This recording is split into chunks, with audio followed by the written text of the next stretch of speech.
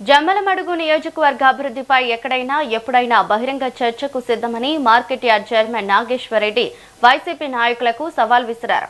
Media సమావేశంలో మాట్లాడుతూ MLC Ramasubba Reddy చేసిన వ్యాఖ్యలను ఖండించారు. ఎమ్మెల్యే ఆదినారాయణ రెడ్డి అభివృద్ధినే లక్ష్యంగా పనిచేస్తున్నారని, కూటమి ప్రభుత్వంలో నియోజకవర్గంలో అభివృద్ధి కార్యక్రమాలు వేగంగా అమలవుతున్నాయని అన్నారు. వైసీపీ పాలనలో అభివృద్ధి నిలిచిపోయిందని ఆరోపించిన ఆయన ప్రజా సంక్షేమం కోసం రాజకీయ విమర్శలు మానుకోవాలని సూచించారు. రానున్న ఎన్నికల్లో వైసీపీకి 11 సీట్లు కూడా రావని వ్యాఖ్యానించారు.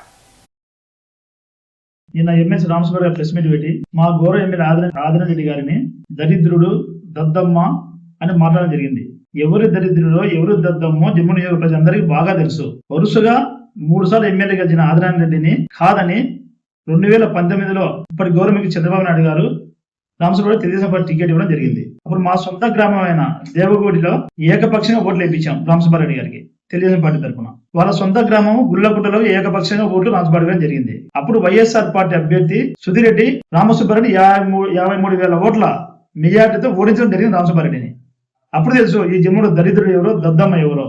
2000 పార్టీ అధికారం వచ్చిన తర్వాత 2020లో రామసుబ్బారెడ్డి గారు వైఎస్ఆర్ పార్టీ చేరడం జరిగింది. వైఎస్ఆర్ పార్టీ చేరిన తర్వాత 2024 ఎలక్షన్ లో మా గౌరవ ఎమ్మెల్యే ఆదినారాయణ రెడ్డి గారు బీజేపీ పార్టీ పైన టికెట్ తెచ్చుకొని 18,000 ఓట్ల మెజార్టీ గెలిచడం జరిగింది. అప్పుడు మీ గుల్లకుండా వైఎస్ఆర్ పార్టీ మీరు ఏకపక్షంగా ఓట్లు వేసినా, నిర్జులు ఏకపక్షంగా ఓట్లు జరిగినా మేము వైఎస్ఆర్ పార్టీ పైన 18,000 ఓట్లు మా ఎమ్మెల్యే గెలిచడం జరిగింది. అప్పుడు అదృష్టవంతుడు ఎవరో దరిద్రుడు అందరూ తెలుసు.